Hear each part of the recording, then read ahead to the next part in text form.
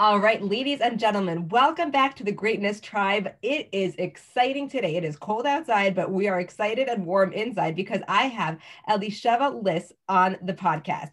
Elisheva is a psychotherapist who specializes in marriage and family therapy. She's a writer, speaker, and educator, and course creator of several courses, including a new one, which I'm so excited to hear about. The courses that Elisheva has are Sacred Not Secret, which is giving kids better education about sexuality than you got, as well as a homeschool course, private practice course for therapists, and a new course called How to Get the Most Out of Therapy. I might have gotten that wrong, but she'll explain that in a minute. Elisheva is also the author of Find Your Horizon of Healthy Thinking, and it is such an honor to have you on the show, Elisheva. Welcome. Thank you. Thank you so much for the introduction and for the invitation. It's really nice to talk to you.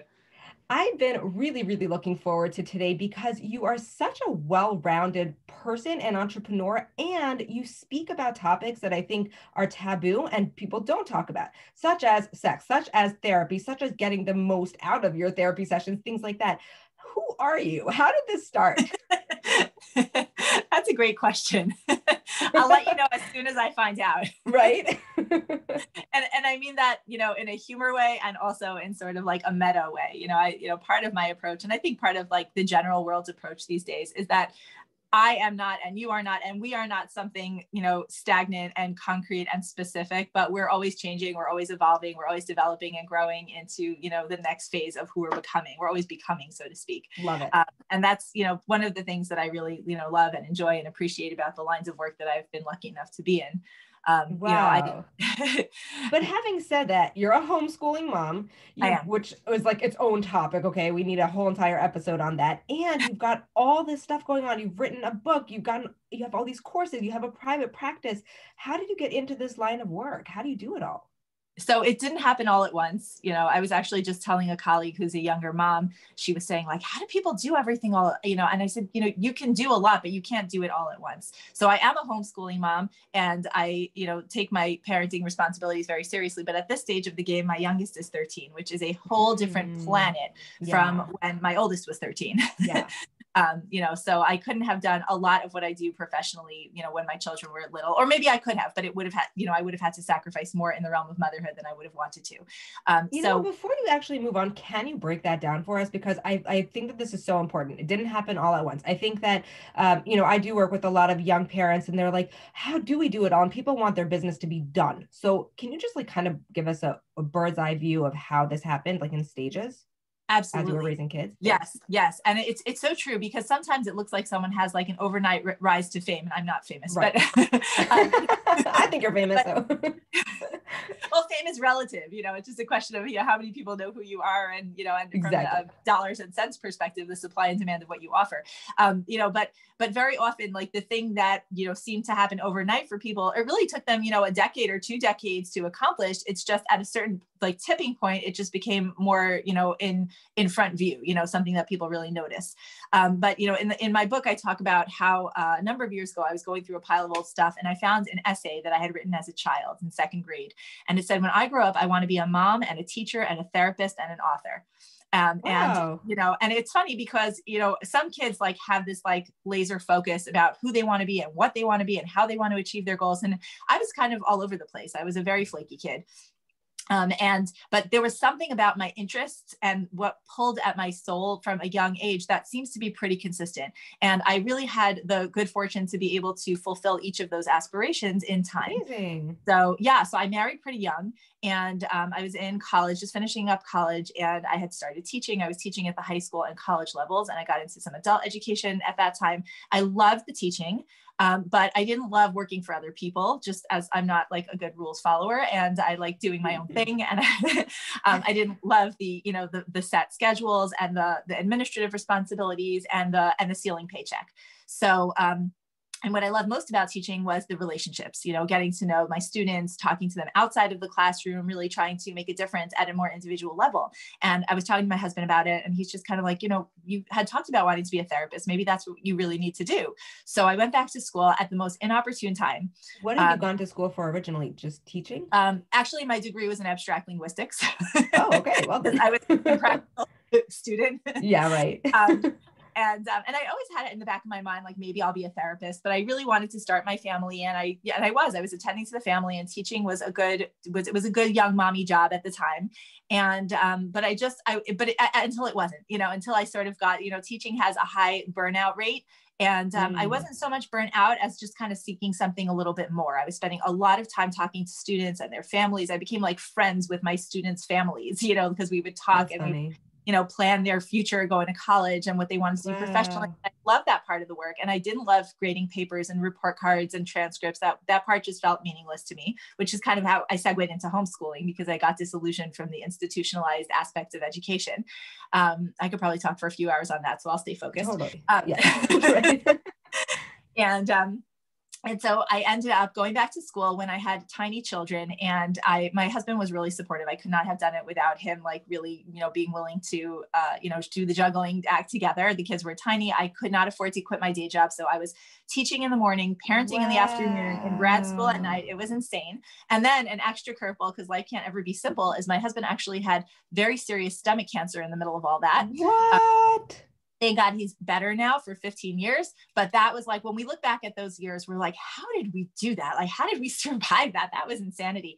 And actually I had the chairperson of my department in grad school. I went up to her at one point. I think I was pregnant before, because he was diagnosed, like I was already pregnant, and yet he was diagnosed. It was like such a crazy time. And I said to this woman, I think I'm going to need to take a semester off. I explained to her what was going on in my life. And she was a tough cookie. Like, everyone was scared of her, but she looked at me with empathy, and she said, Elisheva, if you need to take time off, you can, but I want to give you a piece of advice, woman to woman. She was much older. She said, if you take time off now, given what you're doing, you have every right to do that. It's totally understandable, but you may not want to come back to this. And you need to be a therapist. You're going to be good at this. So just instead of taking time off, why don't you slow down your course load? We'll speak to your professors, let them know what's going on. You can get extensions on your papers if need be, but stay in the game and just pace yourself.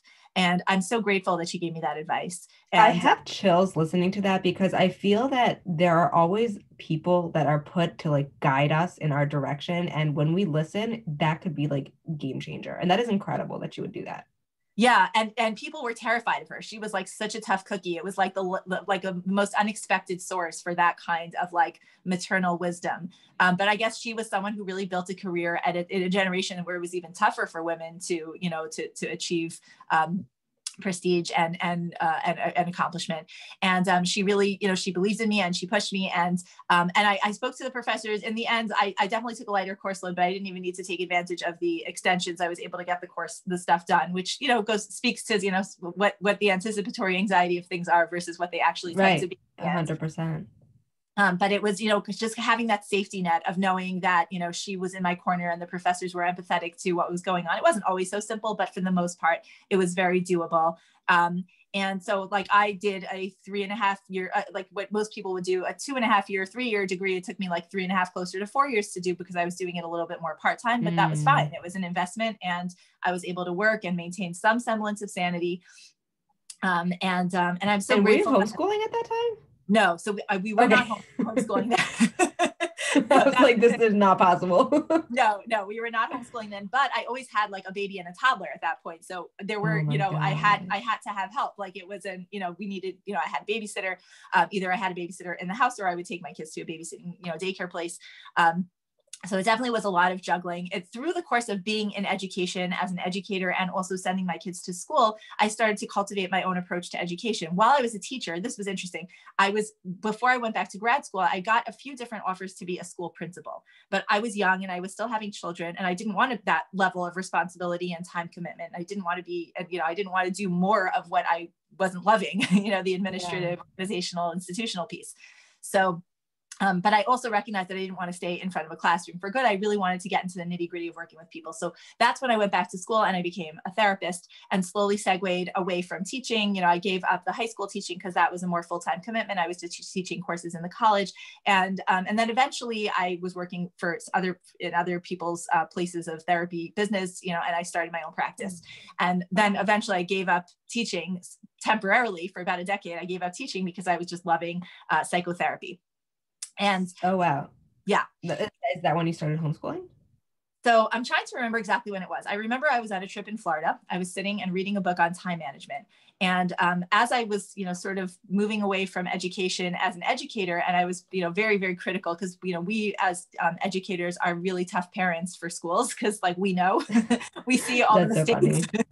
And I had spoken to my husband about homeschooling, and I had like all these different reasons why I thought it would be a good fit for our family. We had had a taste of it because one of our kids needed to be homeschooled for her own reasons for a few months, and we loved it and she loved it. And it was just like, everyone was like, wait, why don't we do more of this? So Wow. that was its own process. And I remember sitting in Florida, reading a book on vacation and thinking to myself, okay, so I can't do everything. Either I'm going to have my own practice or I'm going to homeschool my children, but like, I have to pick which of those I want to do. And obviously, like, not obviously, but to me, family came first. And then I was reading this book by Laura Vanderkam. She's on my resources list of, you don't know me so well, but I don't speak in hyperbole. I'm not a big exaggerator, but she changed my life. She has no idea who I was introduced to her by one of my clients. She's like, Elisheva, you're going to love this book, because I'm always annoying my clients to read books. And sometimes they get back at me. They're like, here, you have to read a book now. And I read it. And I just like binged on all her books. Like, I don't remember which one is about what, because I read them all within a month and they were phenomenal. And she studied working moms. Like, she did studies with hundreds of moms and surveyed them and guided them and taught them how to manage their time.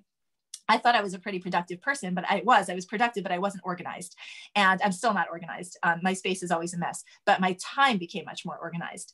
And I learned when I was sitting, like, it was like a real light bulb moment when I was sitting and reading this book, and I was like, oh my goodness, I don't have to choose. I can have a practice and I can homeschool my children, and I can claim my life. Like, I can say we all have the same 168 hours of the week. I'm not going to be seeing clients 40 hours a week, right? That wouldn't be, I wasn't going to be a responsible homeschooling parent, but I could see clients for 20 to 25 hours a week and still homeschool my children. And so I came up with like I worked out a schedule that we could try out, and it did. And at this point, I could see even 30 clients a week, because now my kids are bigger, and most of their work is autodidactic, which means they can self-teach. And by the way, if anybody is interested in homeschooling and you are in a 9-to-5, that is doable. It just means that you're going to be delegating more of the teaching. So I was like the control freak educator mom. I needed to be on top of, I loved planning curriculum. Like, I love the stuff about education that a lot of people don't enjoy. So I wanted to be doing that. But there are people who homeschool their kids, even though they're not the ones doing the hands-on homeschooling. But for me, part of what I wanted to do was the relationship stuff. Can you give me an example of how you were able to like fit in the coaching, the counseling hours and the homeschooling? Like, I know that you said it was just like a being organized with your time. Can you just give us an example of what that looks like? For sure. I love talking about my schedule because it's so wonderful for me. And I think that, people can apply it for themselves. Yeah. For me, I'm a morning person. So I can do sessions, let's say 3 sessions in the morning, 2 to 4 sessions in the morning. I work between, let's say 11 a.m. and 8 to 11 or 12, in the morning. My kids at that point, when we started homeschooling, my youngest was already 6. So if I had little kids in the home, I would have had to have someone more on top of their, safety and care. But that I would have needed anyway as a teacher. Like, if you're working, in the home or outside the home, and you're, working with integrity and you have little kids, then you need somebody to, watch your kids generally, depending on what you do. But so the morning, my kids would do their autodidactic learning, like the stuff where they could read and watch and do their morning routine on their own. They have like an exercise routine, the stuff that they do themselves. They're also really good friends. They're close in age. So the morning stuff is their own. Then I would come out of my office. I have a home office. I've always had a home office, even before COVID. So I was fortunate in that didn't really disrupt my routine. Mm-hmm. And then we would do what was called our group learning. Like, there was certain stuff that we would read and discuss and do together. And then I would do, now a really cool thing that people don't realize about homeschooling is the statistics vary, but you only need about 10 to 12 minutes of homeschooling for every 40 to 45 minutes in the classroom. Wow. Right? So I could sit one-on-one with my children for an hour to an hour and a half each. And that was all they needed for individual instruction for all of their subjects. And I did a dual. We do biblical studies also. So, and that they have always been either ahead of the curve, of their peers, or at least on par. There were some subjects where they would just be on par, but, like my standard for myself to know that I wasn't, that I was doing this responsibly was I wanted to keep them at least at grade level in all their subjects. So from 11 or 12, depending on what time my last session finished, till about 4 or 5 o'clock in the afternoon would be our official homeschooling time. And then from 5 to 7 or 5 to 8 was like regular life, like we would do our errands and doctor's appointments and, go out. And sometimes homeschooling meant going out. We didn't always just sit at the table with books. Sometimes we would have outings. We traveled a ton, which I love about homeschooling and working for myself. And then I would do my evening sessions. So evening sessions would, again, be like 2-3 sessions in the evening from like 7 to 10 or 10:30. So I would be seeing anywhere between, 4 to 6 clients a day on average, sometimes a little bit more, sometimes, lighter days. And I would do that, Sunday through Friday. Sunday, I don't mind working. Sunday through Friday. Wait, okay. I have a couple of questions. First of all, so basically your kids were waking themselves up and doing their own morning routine. Like you weren't there necessarily to be, and also putting themselves to bed. So no, so part of the way I set up my schedule is that I have 15-minute breaks in between sessions. So I didn't wake the kids up at 8. They didn't need to get up at 8. They could get up at 9 or 9:30, right? So I would wake them up between my first 2 sessions, say hello to everybody, but they are very independent. They make their own breakfast. They make their own, part of the benefit of homeschooling is that they learn life skills too, not just book learning. So, but yeah, they were pretty much self-sufficient, and this evolved. Like this took place over time. The first year, it's going back a lot of years already. Probably the first year I didn't work as much in the morning. I probably skewed my work more till the evening or Sundays, like when my husband was more around. But yeah, they spend a lot of time on their own. Cause when we started with the homeschooling, my youngest was 6 and my oldest is, I think he's 8 years older. She was 14. So it was, they were already like old enough that they were people, at this point. Oh, wow.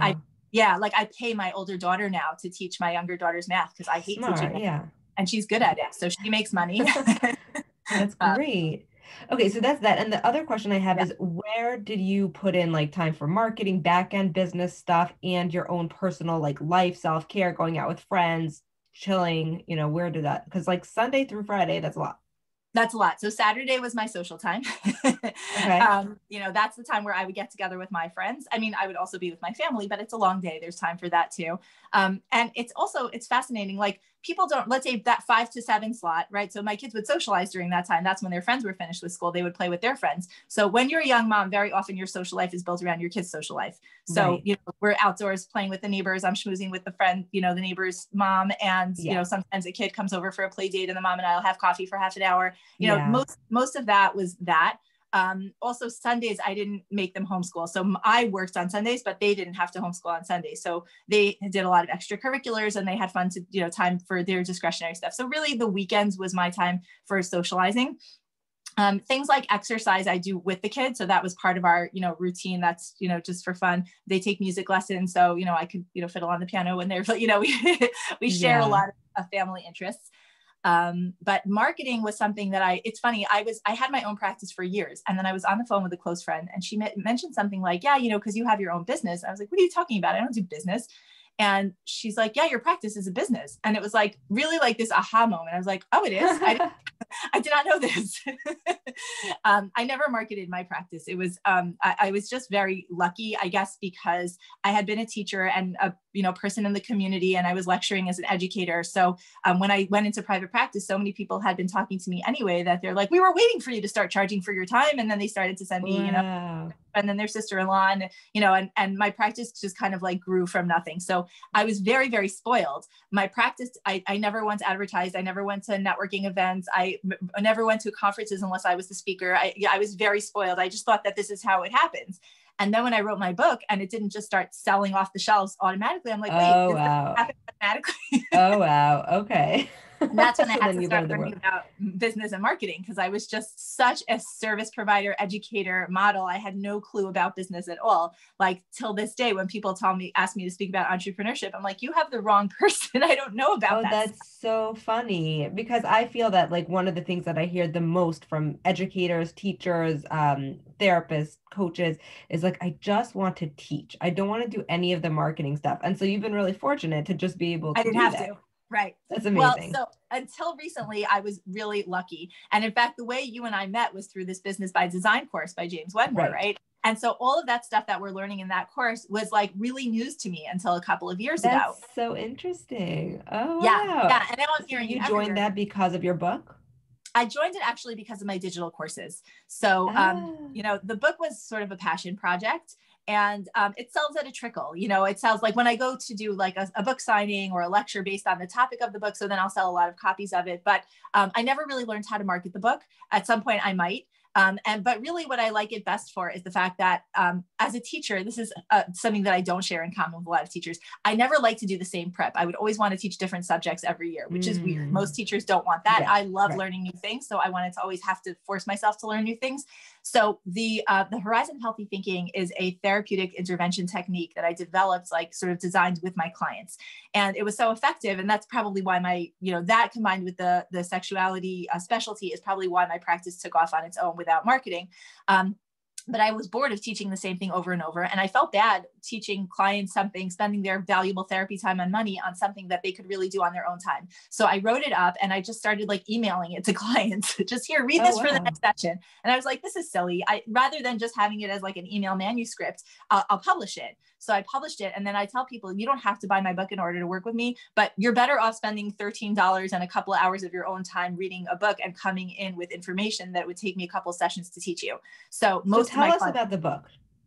Okay, so the book is called Find Your Horizon of Healthy Thinking, Hack Your Thoughts, Improve Your Mood, a 3-step guide to better living, which sounds really generic, but it's basically the gist of it is, this is a very booming topic in a lot of areas. Like in coaching, they talk about mindset and alignment. In psychology, they talk about neuroplasticity. In the socio-political sphere, they talk about authenticity and integrity. But it all comes down to the same notion of owning your brain, of noticing the thoughts that you're having, which is metacognition, realizing what your values are, what you stand for, what your mission statement is, figuring out the beliefs that you keep repeating, because beliefs are just kind of thought habits, things that we keep telling ourselves over and over again. And they're what animate and motivate and pull us to how we behave, how we feel, how we relate to ourselves and others.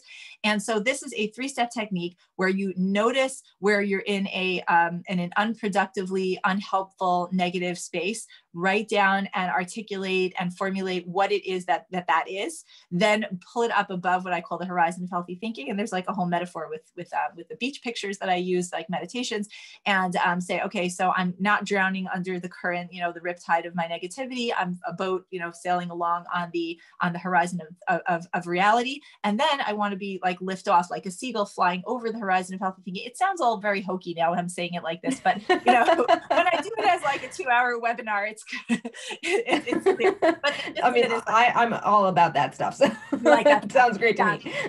So it's basically just really clarifying using neuro-linguistic program, NLP, our language to notice where we're at, acknowledge it, feel it, and then set goals about where I want to be instead, mentally, cognitively. And that will affect how we relate to ourselves, the moods that we're in, the feelings that we have, and the actions that we take to, promote the next step of whatever we're trying to do. And that's across the board, that's pervasive. That's in terms of our self-esteem, our relationships to ourselves, our relationships to other people, our families, our significant other relationships, our work, and just sort of like give people the tools to say, wherever I'm struggling, here's where I begin, here's where my middle, and here's where I'm looking to, get to, and it can be reapplied as needed. Okay, so I love everything that you're up to. We haven't even dived into what I thought we were going to mostly talk about. I just want to ask you something, Elisheva, because I think that a lot of our listeners will relate to you in terms of they've always been learning and growing and, doing feeling like they have something to accomplish, like what your teacher or professor said to you, like, you need to go do this. You will be really good at that. Our listeners feel that way too. Like, I have something amazing that I want to do in the world. The difference is that I see that your ambitions have been actualized in the physical world. The books are created, the courses are there, you've done the homeschool, like you didn't just dream about it, you actually made it happen. What sets you apart? So I don't know that anything really sets me apart. I like to think that I look out in the world and I see lots of people doing lots of great things. And I think that we're just all at different steps along our process. So, having dreams, what do they say? Like, a goal is a dream with a deadline. I didn't have a deadline, but I also didn't just fantasize, I strategized. And I continually strategize. And let's say like we all have our obstacles. So for some people, it's, the mindset obstacles, I'm not good enough. I'm not smart enough. Doggone it. Nobody likes me, that kind of stuff. And for some people, it's technical. Like for me, like I'm very, my business coach doesn't like it when I say this, but I'm low tech. And like you're not low tech anymore. You're medium tech, and you're stop saying that. But I am. I'm a little low tech, and that's okay. I'm learning more as I go along. So for literally years, I had this Horizon of Healthy Thinking stuff. I had the sexual education. My flagship course, which you had originally asked me about, is titled, like you said, Sacred Not Secret, A Religious Family's Guide to Healthy, Holy Sex Education. Because there's a lot of progressive, more secular sex ed material available, which doesn't mean that, by the way, that secular communities are more comfortable talking about sex. It just means that they have more material available if they want to overcome their discomfort. But you and I think, are both members of religious communities, and there is a huge religious population in our country who doesn't have, that really is a very limited amount of material. I did the research. There's so little available, and a lot of the sex information that's available from religious perspectives is about sexual sin, and not so much about sex positive messages in, loving, committed, consensual relationships. And in my practice, which I was starting to mention before, I think the real reason that I had this like serendipitous experience where I opened a practice and, I built it and they came, was because I accidentally ended up with this specialty treating sexual dysfunction. And again, in religious communities, you don't get a lot of people who are like, okay, so let's talk about your sex life. What's going on for you? And that, people started to flock because they need to talk about There's nowhere else to go. Like, who is there's safe so enough much to talk to you about shame. it? Yeah, there's so much shame. There's so much awkwardness. There's so much discomfort. There's so much trauma. And I don't even treat trauma. Like, people think when they say, oh, I teach sexual dysfunction, it's like, oh, you mean for people who are molested? And I'm like, actually, no. When people come and tell me that they were raped or molested or whatever, I'm like, I send them to trauma people. What I do is I integrate with people who are in, committed relationships that are healthy relationships, but the people or in individual within the relationship is just not comfortable in their own skin and their own experience. They're not in touch with their body, and try to sort of re-educate in a sex positive way, that in a way that harmonizes with their religious and spiritual values, which, like, when I started, there were very few people doing this. There's been in the last decade a whole new generation of young men and women who have joined the ranks, which I'm so happy to see. I love being able to refer out to other people. Which is really wonderful. In general, like as the world has become just much more open about sexuality, it hasn't necessarily become the case that people are more comfortable with sexuality. It just means that people are more comfortable watching porn or watching other people get half naked on a screen. But that actually makes a lot of people less comfortable with their own sexuality, because most people don't look like porn or celeb. Am I allowed to say porn on your podcast? Yeah, you're good. You could just bleep that out if you need to. I think we're all adults here. So. Yes. No, and I think that's another thing that I've really tried to, and I think I've been able to do this, is to walk the line between talking about sex in an open, candid, accurate way, but not in a way that feels crass or dirty or disrespectful to people who want to hold a sacred space for it. So I think it's, people have different thresholds for being able to joke around about it. And when I'm working with my clients, I'll play off of what their, rapport and language are. But a lot of people have been exposed to like dirty sex or shameful sex or sinful sex or abusive sex. And a lot of people have been exposed to unrealistic sex, like Hollywood, romance stories and bodies and faces that are, often not very natural and not realistic. But I call that sort of like the Goldilocks problem of sexuality, too big, too small, like larger than life on a screen, making it look unrealistic. I'm never going to look like her. It's never going to feel like that. It's never, where people develop inferiority complexes. And then at the opposite end of the extreme, there's the fear, because one thing that people have gotten a little bit better about is educating about sexual safety. So you teach kids for X number of years, don't let people touch your private parts. Don't look at the naked pictures. Don't. They start to develop very negative associations with any form of nudity and sexual sensation. And then you expect them to get to a certain age where it becomes appropriate to be sexually active, and they're supposed to flip completely the whole script. So the sacred knots, as you can tell, this is like a major, Yeah. So the Sacred Not Secret course And the general approach that I have is offering an alternative to those extremes and, kind of drawing from both biblical and clinical sources to say, there is a lot that we can educate at various stages of psychosexual development for children, teens, and adults to have people develop good relationships to their bodies, with their partners, and their desires and pleasure.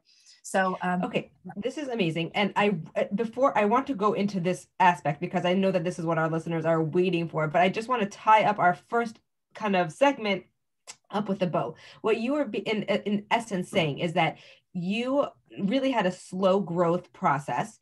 I heard you saying that you found a niche that just, you felt passionate about, and that is really what gave you this serendipitous experience, which I think is so important. And I'm really, really glad that you highlighted it, and that you just felt very passionately about your growth, about helping people, and you took slow, consistent steps towards actualizing your ideas and what you can share and making them into courses, into books, and putting it out into the world. Does that basically sum up what you've done? That's a great way to sum it up. There's one thing that I would add to that, which is that people sometimes say like, wow, you must be so passionate about the sex therapy and the sexual education. And part of me is, because I see how necessary it is and how important it is. But I was actually the kid who in high school would like run out of the health sex ed classes. Like, ew, I don't want to hear this. This is so weird. That's so funny. And this specialty really found me. I didn't go looking for it. I resisted it at the beginning. And I only like to keep, like, I try not to let more than 60 to 70% of my caseload be sexual cases, because that's so funny. Because you can OD on anything. So when I was speaking to like the first coach that I worked with, she was saying, okay, what do you want your digital course to be on? And I started telling her about the Horizon of Healthy Thinking. And she says, Elisheva, I'm sure you're really good at that. I know people pay you a lot of money for your time, but it's too generic. She's like, talk about sex. People want to learn about sex. I'm like, oh, I'm always talking about sex. Like, why can't we talk about sex? More interested. And she said, so funny. She gave me a great piece of advice. She said, start out by giving people what they're asking for, right? This is something that there's not a ton of content available about, and you know how to do pretty well. So create the Sacred Not Secret course, even though you really want to create the Find Your Horizon of Healthy Thinking course, because that is your trademark, that's your brand, right? Once you have your niche brand, when you start narrow, it's much easier to open wider and offer people more, because you establish a relationship with them based on what they came seeking in the first place. So that was information that for me was counterintuitive, because it didn't go with like, follow your heart, follow your passion. Like my heart and passion would have led me down a much more generic route.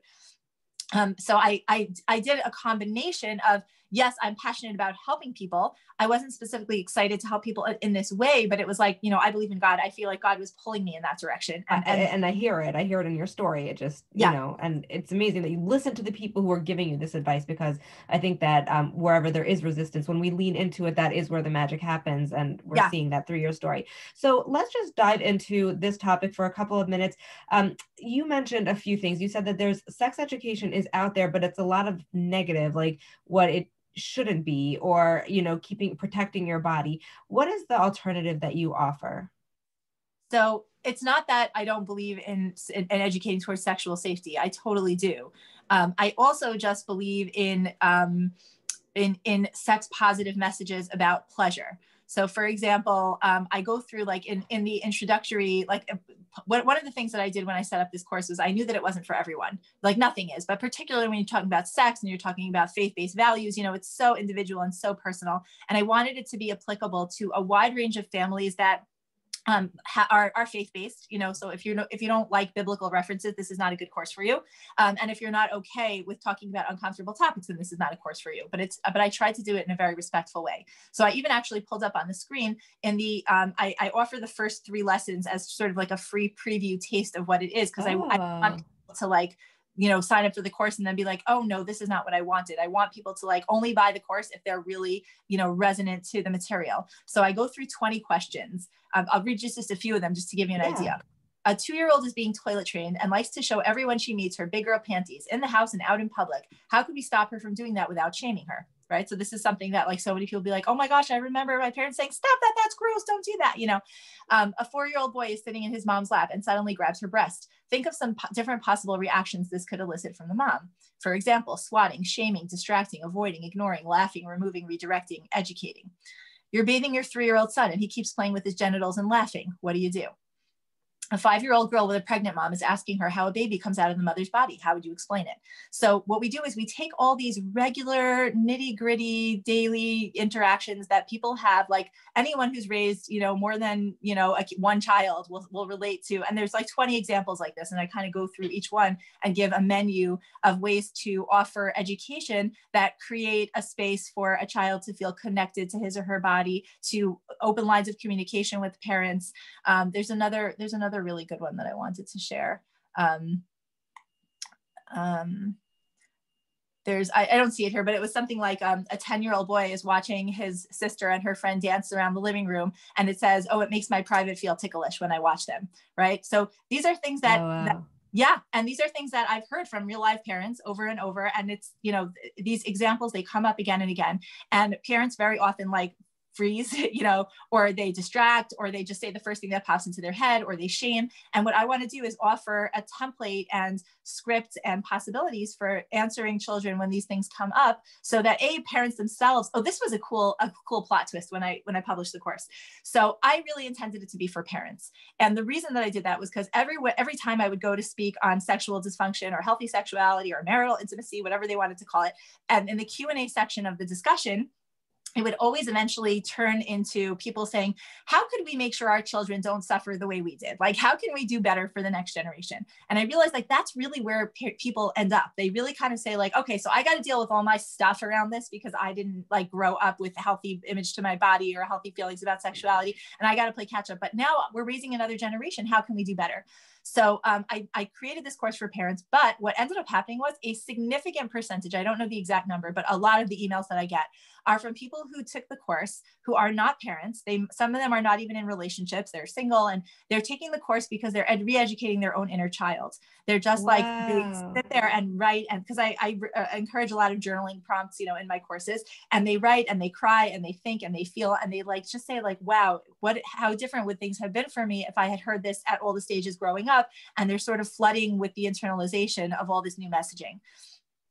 So can you give us like an example of something that somebody would like relearn? Sure. So a great example is masturbation.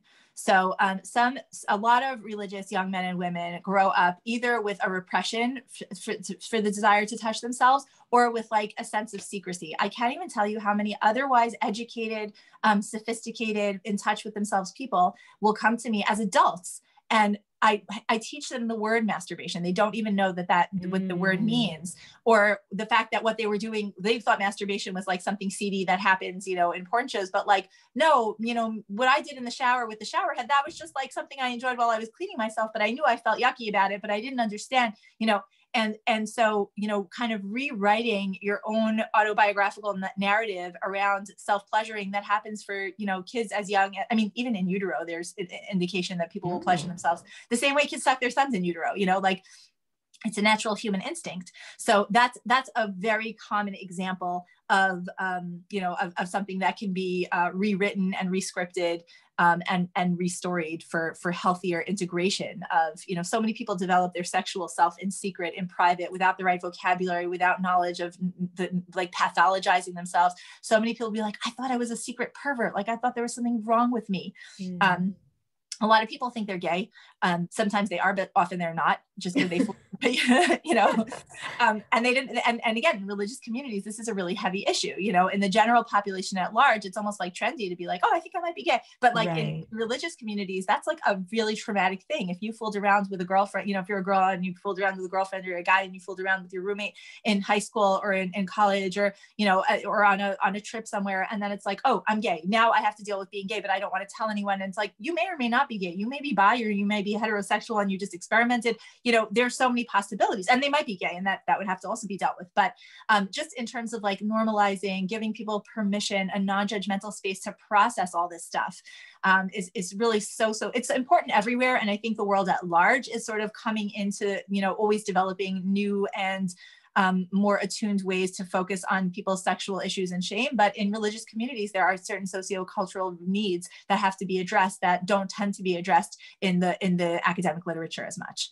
Okay, it's so interesting. So you mentioned something earlier, which is that in religious communities specifically, we're raised in a way where there is not much contact with the opposite sex growing up, and there's not much talk about anything really, in this realm. And then you get married and you're expected to just open up this new part of yourself that is like totally not been touched before or exposed or anything. What can that transition look like is my first question to you. Like, what is a healthy transition? And my second question is, what are the ramifications of somebody not growing up with a positive or even open mind to anything sexual? Like, what does that lead to in adulthood? What kind of gaps do we see from that? Yeah. So I'll answer both questions, I think, with the same redirection, because I don't know how many hours you have, but I could talk on this topic for hours. Basically, another piece of my journey from being a service provider to a more, offering a wider audience is, I forgot to mention this, but it was a very important piece of both my practice and my digital course creation business, which is my blog. I had started writing because I love writing. It's just something that I've always enjoyed, even as a kid. I had started writing articles really just based on my observations, as a therapist and as a human. And I just needed a place to put them. So I went on Wix and made a website so clumsily. I had no idea what I was doing. Oh, no, wait. First, I've started blogging on nefesh.org. Nefesh is the Orthodox Jewish Association of therapists. Of psychotherapists. And I started blogging there, and I got a lot of feedback on the blogs. And when I was talking to this business coach, she's like, "You've been marketing." I'm like, "I promise I never took out an ad in my life. I don't know what you're talking about." She's like, "Blogging is marketing." And I was like, you don't say.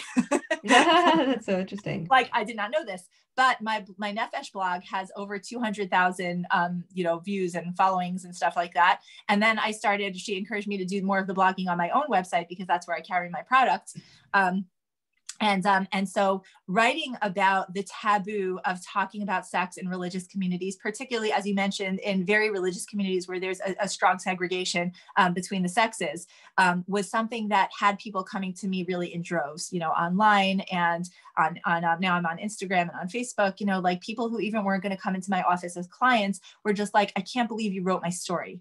So I have 90 something, I haven't quite hit 100 blog posts, but I have, 90 something different blog posts, most of which are about sex and relationships, some that are on garden variety topics of therapy. But it's just because, like you said, so few people talk openly and candidly and in a culturally sensitive way about sex. It was the kind of thing that I was just getting so much feedback about. I had one piece, the most viewed piece that to my knowledge, was called "I Used to Rape My Wife." And I wrote it a few months ago, and it had over 10,000 views, pretty quickly.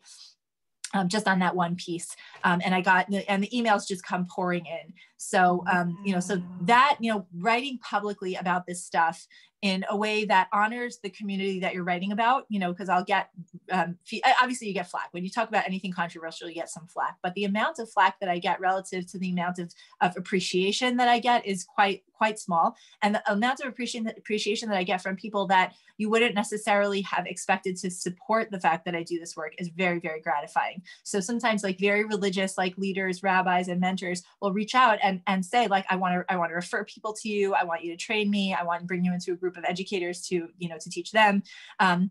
So there's clearly an audience for this. This is something that people are interested in. Okay. So your answer is go read my blog, which we are going to do, but why don't you give us a short synopsis, just a short, thought about, maybe what does a person need to have in terms of healthy, positive sexuality mindset or personal body image mindset? I don't even know my question, honestly, because this is what's definitely missing? Right. Yeah, talk to us about that. Okay. So it's interesting, like a lot of things, I think therapy is more of an art than a science, which a lot of my, academic peers would be really mad at me for saying that. They don't like it when I say that, but it's really true. So there are people who grow up with all the odds stacked against them, no good sex ed, abuse, neglect, all the trauma, whatever. And they somehow, against all odds, but it's not against all odds because a lot of them do this, figure out a way to establish healthy self-esteem and healthy relationships and, use the trauma as a springboard for personal growth. And even though they didn't get any of their needs met as children, sometimes like, they were able to not even just despite, but, integrate what they've been through to, be healthy and happy and well-connected and wholesome. Obviously that's not the norm. The norm is that people who are traumatized and then they need to be treated.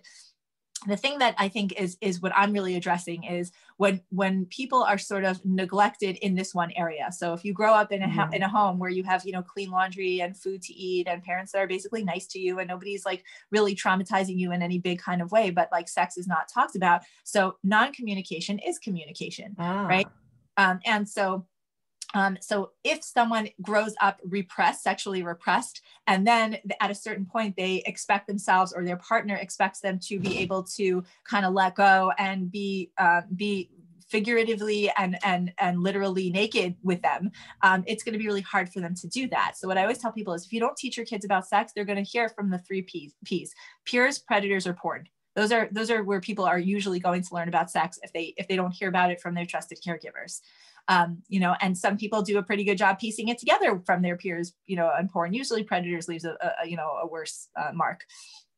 So why don't you just because I understand all that and that is really important for kids, but speak to the successful go-getter, high achiever person who didn't get this communication, let's say, and is in a marriage and all that kind of stuff. Like, what would be your one piece of advice for them to next level their life and their relationship with themselves and with sexuality?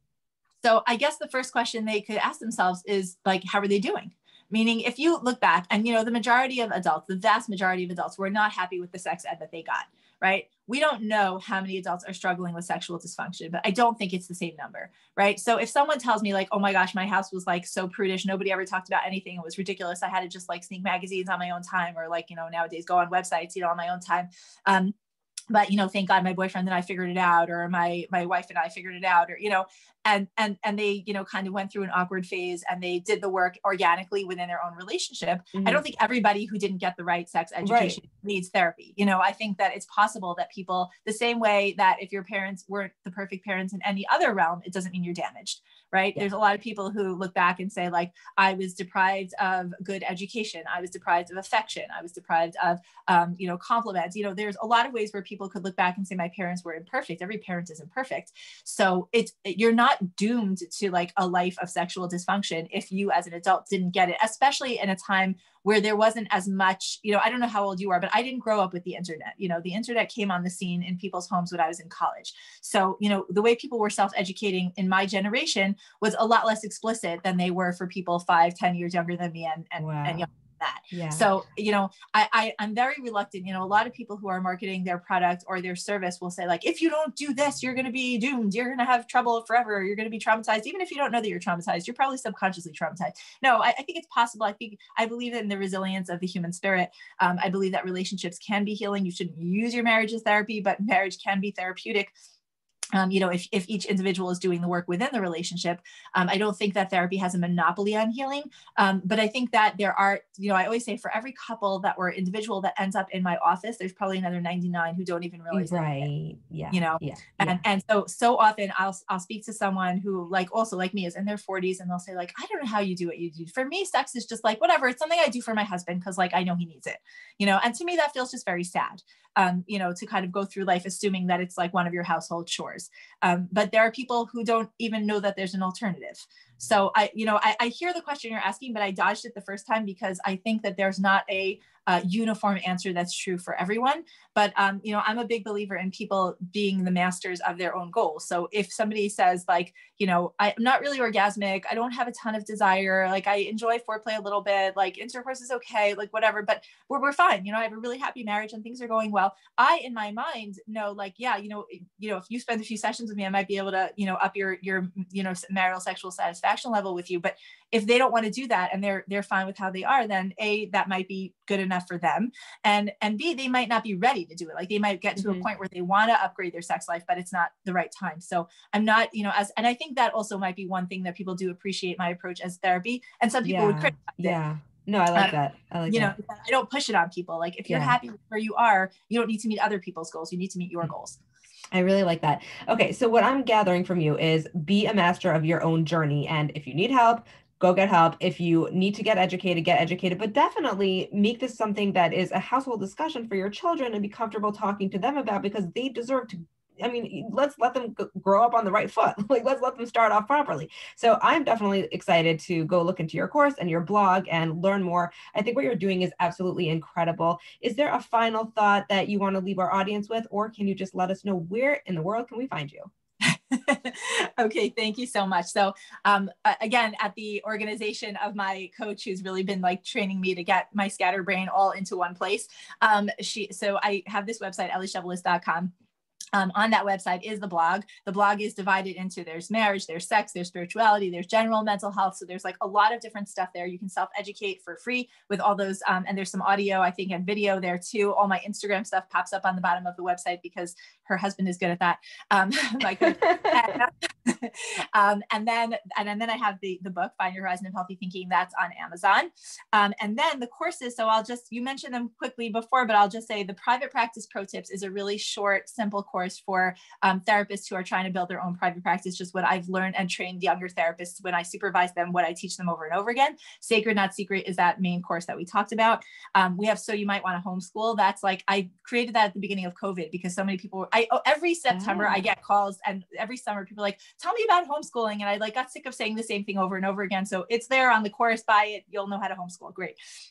And then the fourth one that I just dropped actually last week is called, very uncreatively, How to Get the Most Out of Therapy. And what I'm really proud about that one is that it's a low price point. Right now it's $97. It's going to go up a little bit soon, but it's just like jam-packed with, like, you know, if you're spending a couple $1,000s on your therapy and you want to upgrade every therapy session, these are like the tricks and tips that I've seen my most successful clients utilize and that I've come to recommend to my clients to do in order to just make the whole therapeutic experience more valuable, more bang for your buck, both literally and, you know, metaphorically. So that's where I'm at now. So I have that. I am very active on Instagram, but I think I'm going to be moving to more of like a mastermind membership type of thing, because there's just too many different topics. I want to streamline, you know, who I talk to and about what. So but everything can be found on elishevaliss.com. And my email is speaktosomeone@gmail.com, which you can also, you know, access through the website. And it's really been a pleasure talking to you. This has been amazing. I'm so inspired by what you're doing. I appreciate all the important work that you're doing in the world and the education that you're bringing and talking about the taboo topics, and just there's a lot of light that comes out of speaking to you. It's very refreshing. So thank you for everything you're doing, and thank you for coming on the show. What a nice thing to say. Thanks. Have a great day. You too.